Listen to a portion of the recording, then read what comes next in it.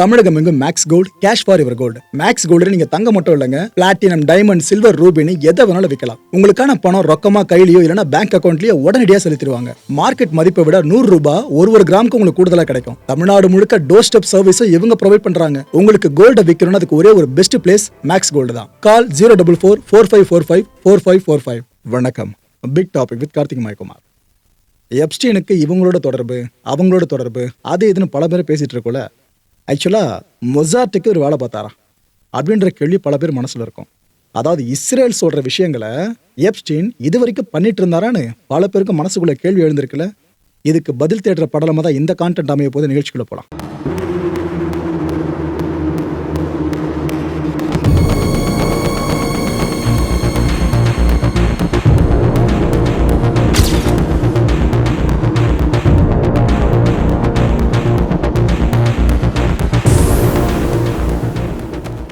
இஸ்ரேலோட முன்னாள் prime minister, அவர் பேர் எஹூட் பராக்.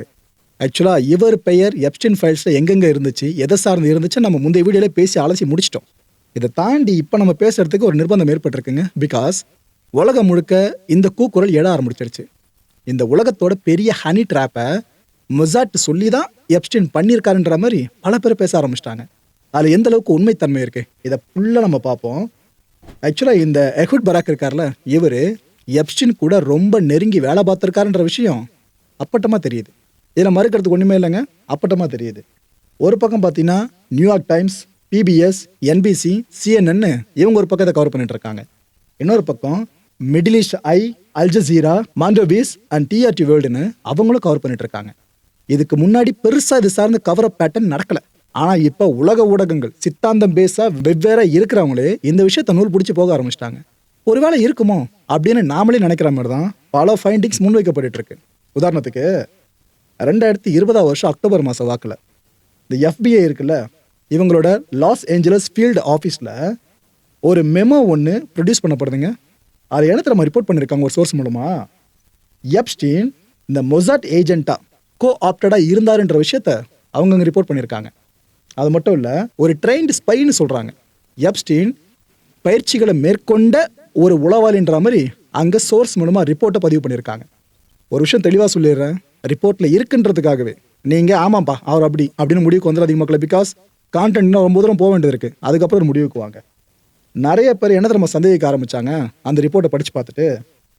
எப்ஸ்டீன் மொசாட்டு கூட சேர்ந்து வேலை பார்த்துருக்க விஷயம் இதை விட எப்படிப்பா கேரண்டியாக சொல்ல முடியும், கன்ஃபார்ம் ஆகிடுச்சு அப்படின்றாங்க. ஆனால் அதே போதுமான எவிடன்ஸ், கான்கிரீட் எவிடன்ஸ் கிடையாதுங்க.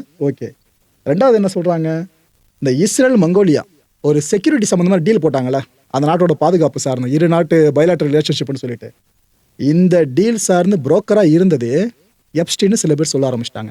அந்த எப்ஸ்டீன் ஃபைல்ஸ் இருக்குல்ல, அதை தரவாக எடுத்து காட்டி இதை சொல்கிறாங்க. மூணாவது என்ன சொல்கிறாங்க, இந்த உலகத்தோட பெரிய பெரிய லீடர்ஸ்லாம் இதுவரை காலமும் இஸ்ரேலுக்கு ஆதரவான நிலைப்பாட்டை எடுத்தாங்களே, அதுக்கு பிரதான காரணம் அவங்கள எடுக்க வச்சுருக்காங்க. எப்ஸ்டீனை வச்சு நிறைய பேர் சார்ந்த ரகசிய வாழ்க்கைகளை ஃபுல்லாக ரெக்கார்டாக எடுத்து வச்சு, எவிடன்ஸாக எடுத்து வச்சு, யாரோ எப்ஸ்டீன் மூலமாக எடுத்து வச்சு அதையெல்லாம் காமிச்சு பிளாக்மெயில் பண்ணியிருக்காங்க. இதனால தான் டொனால்ட் ட்ரம்ப் கூட அந்தளவுக்கு அழுத்தத்தின் பேரில், இஸ்ரேல் மேலே இருக்க பயத்தின் பேரில் இஸ்ரேலுக்கு ஆதரவாகவே செயல்பட்டு இருக்காருன்னு அடுத்த ஒரு அலிகேஷனை முன்வைக்கிறாங்க. இதோடு நிறுத்தலை, இஸ்ரேல் ரஷ்யா உறவு இருக்குல்ல, இது மேம்படுறதுக்கும் எப்ஸ்டீன் ஒரு பெரிய பாலமாக இருந்திருக்கிறதாவும் அந்த எப்ஸ்டீன் ஃபைல்ஸில் இருக்க சில இமெயில்ஸை மேற்கோள் காட்டி சொல்கிறாங்க. இதை தாண்டி இன்னொரு விஷயம், சிரிய அதிபர் பஷர் இப்போ இல்லை, அவரை தான் தூக்கியாச்சு, அமுச்சு விட்டாச்சு. அவரை சிரியாவிலிருந்து அந்த தலைமையை மாற்றுறதுக்கு எப்ஸ்டீனும் வேலை பார்த்துருக்கான்றாங்க. பாருங்க, இதெல்லாம் நம்ம அவுட் ஆஃப் சிலபிள், அந்த விஷயத்தை சில பேர் ஸ்பெகுலேட் பண்ணுறாங்க. இது மட்டும் இல்லாமல் இஸ்ரேலோட பிரதமர்கள் கூட ரொம்ப நெருங்கிய நட்பில் இருந்தவர் தான் எப்ஸ்டீன். அடுத்த ஒரு பெரிய குண்டு இல்லை, எகோடை பற்றி நம்மளுக்கு தெரிஞ்சிருச்சு, ஆமாம் க்ளோஸாக இருந்திருக்காப்ல அப்படின்ட்டு. ஆனால் இப்போது இஸ்ரேல் பிரைம் மினிஸ்டர் இருக்கார்ல பெஞ்சமின் நெத்தன்யாகு, அவரையும் இந்த லிஸ்ட்டுக்குள்ளே கொண்டு வராங்க, அவரும் க்ளோஸாக இருந்திருக்காருப்பா அப்படின்ட்டு. ப்ரோ, இதெல்லாம் இந்தளவுக்கு பெரிய பெரிய அலிகேஷன்ஸாக இருக்குது. உண்மையான்னு கேட்டிங்கன்னா நம்ம பொதுப்படையாக வச்சு தான் அணுகிறோம். அந்த வகையில் இந்த பக்கம் என்ன இருக்குது, அந்த பக்கம் என்ன, ரெண்டுதையும் பார்ப்போம். அதை சார்ந்த ஃபேக்ட் செக்கை நம்ம பண்ண போனோம்னாக்கா எப்ஸ்டீன் ஃபைல்ஸை பேஸ் பண்ணியோ இன்னும் சில டாக்குமெண்ட்ஸை பேஸ் பண்ணியோ மூணாக இந்த விஷயம் பிரியுதுங்க. அதாவது நான் ஒரு 3 விஷயத்த சொல்கிறேன், அதை நீங்கள் கேட்கும் போது ஆமாம்பா இஸ்ரேலுக்கு வேலை பார்த்துருப்பார் போல இருக்கு எப்ஸ்டீன் அப்படின்னு தோணும். இன்னொரு 3 விஷயத்த சொல்கிறேன், அதை பார்க்கும்போது சேச்சே வேலைலாம் பார்த்துருக்க மாட்டார்ப்பா மொசாத்துக்கு இந்த எப்ஸ்டீன் அப்படின்னு நீங்களே நினைக்கலாம். இப்படி 2 பக்கமும் சேர்ந்து பார்ப்போமா? ரைட்டு. இதில் 3 விஷயங்கள் என்னன்னு பார்த்தீங்கன்னா, எப்ஸ்டீனோட COUQ கூக்கு அப்படின்ற ஒரு ஃபவுண்டேஷன் ஒன்றுங்க. அவன் ஃபவுண்டேஷன் வச்சுருந்தான். இதன் மூலமாக நிறைய அமைப்புகளுக்கு ஃபண்டிங் பண்ணுவான். இதில் முக்கியமான 2 அமைப்புகள். ஒன்று பார்த்தீங்கன்னா FIDF, அதாவது friends of the Israeli defence forces. 2வது அமைப்பு JNF, அதாவது ஜூஷ் நேஷனல் ஃபண்டு. ரெண்டுமே இஸ்ரேல் சார்ந்தது தான். இந்த 2 அமைப்புகளுக்கும் கடந்த 2006 வருஷம் பார்த்தீங்கன்னா இந்த FIDFக்கு ஒரு $25,000, இந்த JNFக்கு ஒரு $15,000 எப்ஸ்டீன் டொனேட் பண்ணியிருக்கான். ப்ரோ, டொனேட் பண்ணுறது யார் வேணாலும் பண்ணலாமே, அது எதுக்கு இவர் பண்ணாருன்றதுக்காக நம்ம அப்படி கனெக்ட் பண்ணி பேசணும் கேட்டிங்கன்னா, நடந்ததை சொல்லிட்டேன். அப்புறம் எப்படி கனெக்ட் பண்ண வேண்டியதை நீங்கள் முடிவு பண்ணிங்க மக்களே. 2வது விஷயம், யோனி கோரேன். இவர் யாருன்னா இஸ்ரேலி மிலிட்ரி இன்டெலிஜென்ஸ் இருக்குல்ல, அதோட முன்னாள் அதிகாரி. இப்பேற்பட்ட இவர் எப்ஸ்டீனுக்கு கூட ரொம்ப நெருக்கமாக இருந்திருக்காப்புல. ஒரு சில டாக்குமெண்ட்ஸ் அதை சொல்லுது. எந்த அளவுக்குன்னா, இவர் எப்போ அமெரிக்காவுக்கு வந்தாலும் சரி, எப்ஸ்டீனுக்கு சொந்தமாக நியூயார்க்கில் இருக்கிற ஒரு ரெசிடென்ஸ், அங்கே தான் தங்கியிருக்காராம். அது மட்டும் இல்லை, இவருக்கான கேன்சர் ட்ரீட்மெண்ட்டுக்கு ஆகிற செலவு இருக்குல்ல, அதை ஃபுல்லாக ஏற்றுக்கிட்டது யாராமா? எப்ஸ்டீன் தான் ஏற்றுக்கிட்டானாமா. ஸோ இஸ்ரேலோட ஒரு பெரிய தலை இன்டெலிஜென்ஸை பொறுத்த வரைக்கும் அந்த நபர் சார்ந்து இவ்வளோ நெருக்கம் அவருக்கு இருக்குன்றாங்க அந்த டாக்குமெண்ட்ஸில். 3வது விஷயம், ராபர்ட் மேக்ஸ்வெல். இவரை பற்றி சொல்லும் போது ஆஹா இவர் தான் அந்த தகப்பன்ற மாதிரி உங்களுக்கே தோணும் மக்களே. ஏற்கனவே தெரிஞ்ச ஒருத்தவங்களோட அப்பா தான் இவர். ராபர்ட் மேக்ஸ்வெல் பார்த்தீங்கன்னா பிரிட்டிஷ் நியூஸ் பேப்பர் டைக்கூனுங்க. அங்கே செய்தித்தாள் சார்ந்து புரட்சி பண்ணவங்கள இவர் ஒரு முக்கியமான பர்சனு. இவர் யார் தெரியுமா? கிஸ்லின் மேக்ஸ்வெல் இருக்கால, இப்போ ஜெயிலில் இருக்கா பாருங்க, எப்ஸ்டீனோட கேர்ள் ஃப்ரெண்டாக கருதப்படுறவ, அவளோட அப்பா. எவ்வளோ பேர் ஆள் பார்த்தீங்களா? ஆக்சுவலாக இவர் சார்ந்து ஒரு வதந்தி அப்போ பயங்கரமாக பரவுச்சு. அதை சில பேர் வதந்தின்னு சொல்லுவாங்க, இன்னும் சில பேர் ஏப்பா அதுதான்ப்பா ஃபேக்ட் அப்படின்னு சொல்லுவாங்க. அது என்ன மேட்ருனா, இஸ்ரேலோட இன்டெலிஜென்ஸ் இருக்குல்ல, அதுக்காக வேலை பார்த்துருக்காப்புல இந்த ராபர்ட் மேக்ஸ்வெல்னு ஒரு கூட்டுருங்க. அண்ட் மோரோவர் இந்த ராபர்ட் என்ன பண்ணியிருக்காப்புல, பணத்தை சம்பாதிக்கிறது எல்லாத்தையும் பெரும்பாலும் இஸ்ரேல் எக்கானமி இருக்குல்ல, இதை பூஸ்ட் பண்ணுறது சார்ந்து கொடுத்துருக்கிறதாவும் அடுத்த கட்ட தகவல். கொடுத்துருப்பாரா இல்லை கொடுக்க வைக்கப்பட்டிருப்பாரா? இட்ஸ் அப் டு யூ மக்களே. இதில் இன்னொரு முக்கியமான விஷயம், இந்த ராபர்ட் இருக்கார்ல, இவரும் எப்ஸ்டீன் மாதிரியே மர்மமான முறையில் உயிரிழந்தவர் தான். அந்த டைமில் இவரோட உயிரிழப்புக்கு காரணமே மொசாட்டோட ஆப்ரேஷன்ற மாதிரிலாம் பல பேர் பேச ஆரம்பித்தாங்க. ஆனால் இதை ப்ரூவ் பண்ண முடியல, பேச மட்டும் தான் முடிஞ்சது. இந்த எப்ஸ்டீன் இருக்கால, அவன் 2018 வருஷம் ஒரு இமெயில் அனுப்பிச்சிருக்கான். அதன்படி பார்த்தீங்கன்னா ஹி வாஸ் பாஸ்ட் அவே அப்படின்னு மென்ஷன் பண்ணப்பட்டிருக்கு. அவர் தவறிட்டார் அப்படின்னு மென்ஷன் பண்ணியிருக்காங்க. இது ஆக்சுவலாக இதை வச்சு என்ன சொல்கிறாங்க, இவர் ஒரு இன்ஃபார்மல் ஆப்ரேட்டிவாக இருந்திருக்காரு. அதாவது மொசாட் சொல்கிற வேலைகளை செஞ்சு முடிக்கிற ஒரு இன்ஃபார்மல் ஆப்ரேட்டிவாக இந்த கீ பர்சன் இருந்திருக்கிறதா சொல்லிட்டு அமெரிக்கா, UK, சோவியத் யூனியன் இந்த 3 தான் இவருக்கான ரெஸ்பான்சிபிலிட்டி சர்க்கிளில் கொடுக்கப்பட்டது டாஸ்க்குக்கான இடங்கள்ன்ற மாதிரி மென்ஷன் பண்ணுறாங்க. கிஸ்லின் மேக்ஸ்வெல் தான் எப்ஸ்டீனுக்கு ரொம்ப க்ளோஸு. எப்ஸ்டீன் பண்ண எல்லா இல்லீகல் வேலைகள்லையும் அந்த அம்மாவுக்கும் பங்கு இருக்குது. அதனால என்னவோ 20 வருஷம் அந்த மாதிரி ஜெயில் தண்டனை கொடுக்கப்பட்டிருக்கு. இப்போ நம்ம என்ன கேட்டுட்டு இருக்கு, ட்ரம்ப்பை வந்து எனக்கு கருணை காட்ட சொல்லுங்கள், எனக்கு வந்து இந்த தண்டனை ரத்து பண்ண சொல்லுங்கள், இல்லைனா குறைக்க சொல்லுங்கள். அப்படி அவர் பண்ணார்னா நான் எல்லா உண்மையிலேயே சொல்கிறேன், எப்ஸ்டீன் யார் யார் கூட இருந்தா என்ன எல்லாத்தையும் நான் சொல்கிறேன் அப்படின்னு அந்த அம்மா ஒரு செக்மெண்ட் வச்சிருக்கேன். இப்போ அந்த அம்மாவோட அப்பா இந்த அளவுக்கு மொசாட் சார்ந்து பேசப்பட்டிருக்காருன்னா ஒரு வேளை இருக்குமோ, ஏன்னா எல்லாம் போய் முடிகிற இடம் எப்ஸ்டீனாக தான் இருக்குது. ஓகே, இந்த 3 விஷயங்களை சொல்லிட்டேன்னா, இந்த 3 விஷயங்களை கேட்ட பிற்பாடு மொசாட்டுக்காக தான் எப்ஸ்டீன் வேலை பார்த்துருப்பாருன்ற மாதிரி ஒரு ஐயம் உங்களுக்கு எழுதா? ஓகே, அப்படியே கொஞ்சம் ஃப்ரீஸ் பண்ணுங்கள். அடுத்த 3 விஷயம் ஓப்பன் பண்ணுறேன், அதுக்கப்புறம் முடிவுக்கு வாங்க. என்னன்னா, மொதல் விஷயம் ஆரோன் பிராக்மேன். இவர் யாருன்னா இந்த லண்டன் கிங்ஸ் காலேஜ் இருக்குல்ல, அதில் லெக்சரருங்க. இவர் சொல்கிறதுக்கு ஏன் நம்ம இவ்வளோ இம்பார்ட்டன்ஸ் கொடுக்கணும் அப்படின்னு கேட்டிங்கன்னா, இவர் இந்த எஜிப்சியன் மொசாட் ஏஜென்ட்டான அஸ்டாஃப் மார்வான் கேள்விப்பட்டிருப்பீங்க. அவருக்கு ரொம்ப ரொம்ப க்ளோசஸ்ட் அலை, அவ்வளோ நெருங்கிய நட்பு கொண்டவர்.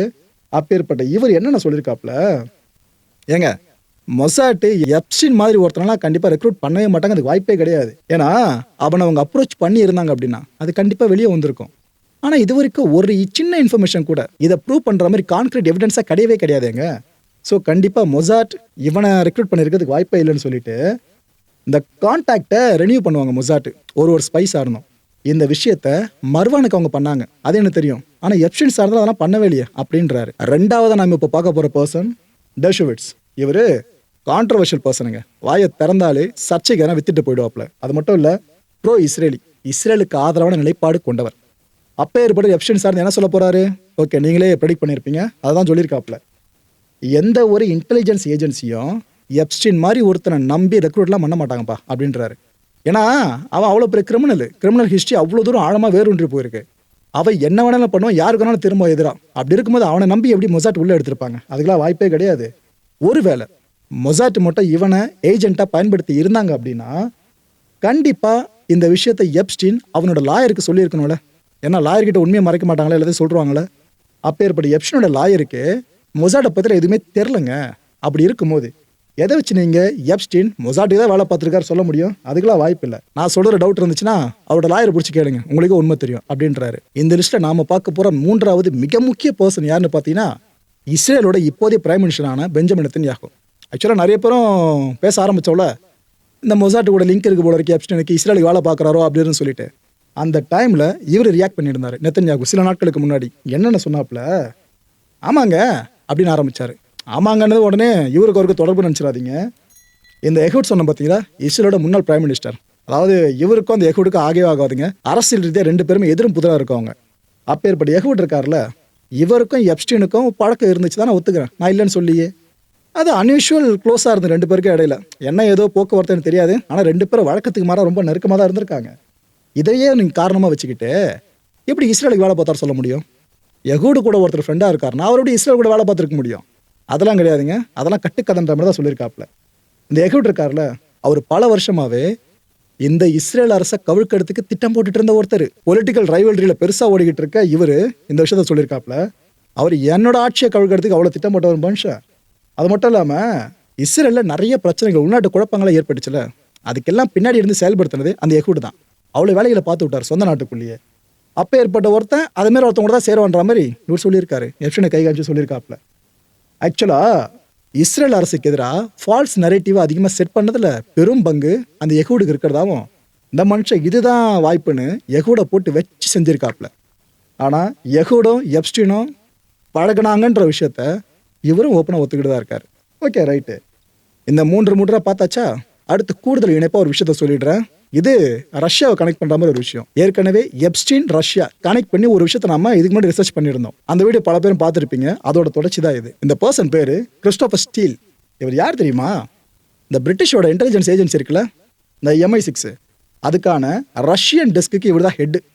அப்பேற்பட்ட இவர் என்னென்ன சொன்னார்னு பார்த்தீங்கன்னா, எப்ஸ்டீன் ஆக்சுவலாக மொசாட்டுக்காக ரெக்ரூட் பண்ண மாதிரிலாம் தெரில. வேணும்னா ரஷ்யாவோட ஆர்கனைஸ்டு கிரிமினல்ஸ் இருக்காங்களே, அவங்களுக்கு வேலை பார்த்துருப்பான்ற மாதிரி சொல்கிறாருங்க இவர். புதுசாக இருக்குல்ல இந்த விஷயம்.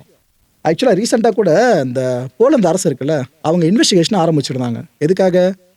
இந்த எப்ஸ்டீனுக்கும் ரஷ்யாவுக்கு ஏதாவது லிங்க் இருக்கா, ரஷ்யாவுக்கு ஒருவேளை வேலை பார்த்துருந்தானா இவனுக்கு கான்டாக்டட் பர்சனா போலந்தில் சில பேர் இருந்திருப்பாங்களே, அப்போ அவங்கள நம்ம கண்டுபிடிக்கணும் அப்படின்னு சொல்லிட்டு இன்வெஸ்டிகேஷனை ரீசெண்டாக தான் இந்த பாலிஷ் கவர்மெண்ட் லான்ச் பண்ணியிருந்தாங்களே. அந்த இன்வெஸ்டிகேஷன் முடிவு எப்போ தெரியும்னா தெரியலங்க. அதில் மட்டும் ஏதாவது ஒரு க்ளூ ரஷ்யாவுக்கு எப்ஸ்டீனுக்கு மட்டும் தான் சம்மந்தம், இஸ்ரேலுக்கு சம்மந்தம் இல்லைன்னு எதனா வந்துச்சுனாக்கா உலகம் முழுக்க அதையெல்லாம் பரபரப்பாக பேச ஆரம்பிச்சிருவாங்க. அப்பேற்பட்ட விஷயத்துக்கான விதையும் போடப்பட்டிருக்கு. இப்போ ரஷ்யாவோட ஸ்டேட் இன்டெலிஜென்ஸ் இருக்குல்ல, அவங்களுக்கும் எப்ஸ்டீனுக்கும் லிங்க் இருக்கா இல்லையான்றது இதுக்கப்புறம் தான் தெரியுமே. ஆனால் ரஷ்யாட்ட கேட்குறப்ப அவங்க மொத்தமாக மறுத்துட்டாங்க.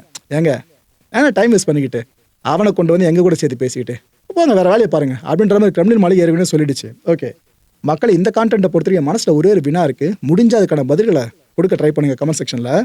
ஆக்சுவலாக இந்த பதிலை நீங்கள் கொடுக்க முடியணும் அப்படின்னா நீங்கள் பிரேக்கிங் பேட் பார்த்துருக்கணும். பிரேக்கிங் பேட் சீரிஸ் பார்த்துருப்பீங்க. உலகம் முழுக்க எவ்வளோ சீரிஸ் வந்தாலும் நாம் ஒரு பக்கம் money heist, game of thrones, அப்புறம் ஸ்குவிட் கேம், அது எதை பற்றியே பேசுவோம்.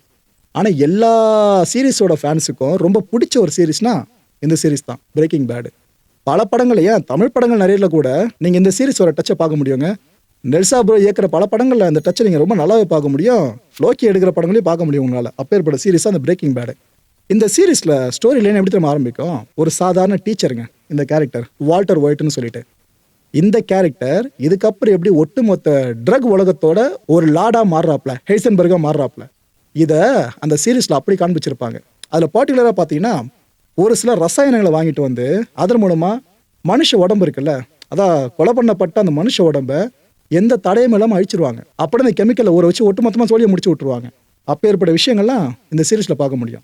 எப்ஸ்டீன் ஃபைல்ஸில் கனெக்ட் பண்ணது 2 விஷயங்கள் தான் இந்த சீரீஸோடு. ஒன்று பார்த்தீங்கன்னா அந்த கெமிக்கல் ப்ராசஸ் ஒன்று சொன்ன பார்த்தீங்களா, இதை எப்ஸ்டீனும் ரியல் லைஃப்பில் பண்ணியிருக்கான்ற மாதிரி அந்த இமெயில் கான்வர்சேஷனில் புரிஞ்சிக்க முடியும். இட் மீன்ஸ் இந்த சீரீஸில் என்ன கெமிக்கல் அவங்க பயன்படுத்தினாங்களோ அதையே எப்ஸ்டீன் வாங்கியிருக்கான் போல இருக்கு. அது இமெயில் கான்வர்சேஷன் மூலமாக தெரியுது. ஒன்று, எதுக்காக வாங்கினா. ரெண்டாவது, இந்த கேரக்டர் டீச்சர் தான் அந்த சீரீஸில். எப்ஸ்டீன் தன்னோட வாழ்க்கையை ஆரம்பிச்சது வெல்த் மேனேஜ்மெண்ட்டுக்குள்ளே போகிறதுக்கு முன்னாடி வாழ்க்கையை ஆரம்பிச்சதும் டீச்சராக தான் ஆரம்பித்தான். ஒருவேளை இது போல விஷயங்கள், உண்மை விஷயங்களை தெரிஞ்சுக்கிட்டு இந்த சீரிஸோட எழுத்தாளர் இந்த விஷயங்களை கொண்டு வந்து நம்மகிட்ட காண்பிக்க ட்ரை பண்ணியிருக்காரோ 1000 குழப்பங்கள் இப்பயே வருதுல நம்மளுக்கு. ஸோ பிரேக்கிங் பேட்ல வந்த வால்டர் ஒயிட் கேரக்டர் இருக்கும், எப்ஸ்டீன் ஃபைல்ஸ் எப்ஸ்டீனுக்கும் ஏதாவது சம்பந்தம் இருக்கும் நீங்க நினைக்கிறீங்களா? இதுக்கு முன்னாடி அந்த நிறைய படங்கள் சார்ந்த சீரிஸாக இருந்தாலும் நம்ம ஒன்று ஒன்றா பொருத்தி பார்க்கலாம் போல இருக்கு. அவ்வளோ தூரம் கனெக்ட் எல்லாத்தையும் கிடச்சிக்கிட்டு இருக்குங்க. அடுத்த நிகழ்ச்சி சந்திக்கலாம். நன்றி, வணக்கம். தமிழகம் எங்கும் Max Gold, cash for your gold. Max Gold நீங்க தங்க மட்டும் இல்லைங்க, பிளாட்டினம், டைமண்ட், சில்வர், ரூபினி எதை வேணாலும் விற்கலாம். உங்களுக்கான பணம் ரொக்கமா கையிலயோ இல்லைன்னா பேங்க் அக்கௌண்ட்லயோ உடனடியாக செலுத்திடுவாங்க. மார்க்கெட் மதிப்பை விட 100 ரூபாய் ஒரு கிராமுக்கு உங்களுக்கு கூடுதலாக கிடைக்கும். தமிழ்நாடு முழுக்க டோர் ஸ்டெப் சர்வீஸை இவங்க ப்ரொவைட் பண்றாங்க. உங்களுக்கு கோல்டை விற்கணும்னா அதுக்கு ஒரே ஒரு பெஸ்ட் பிளேஸ் மேக்ஸ் கோல்டு தான். கால் 04445454545. என் நண்பர் மாயம் ஸ்டுடியோஸ் நேயர்களே, மாயம் பக்தின்னு ஆன்மீகத்துக்காக பிரத்யேகமா ஒரு சேனலை கொண்டு வந்திருக்கோம். மறக்காம சப்ஸ்கிரைப் பண்ணி அந்த சேனலுக்கு உங்களோட ஆதரவை மனப்பூர்வமா தெரிவிங்க.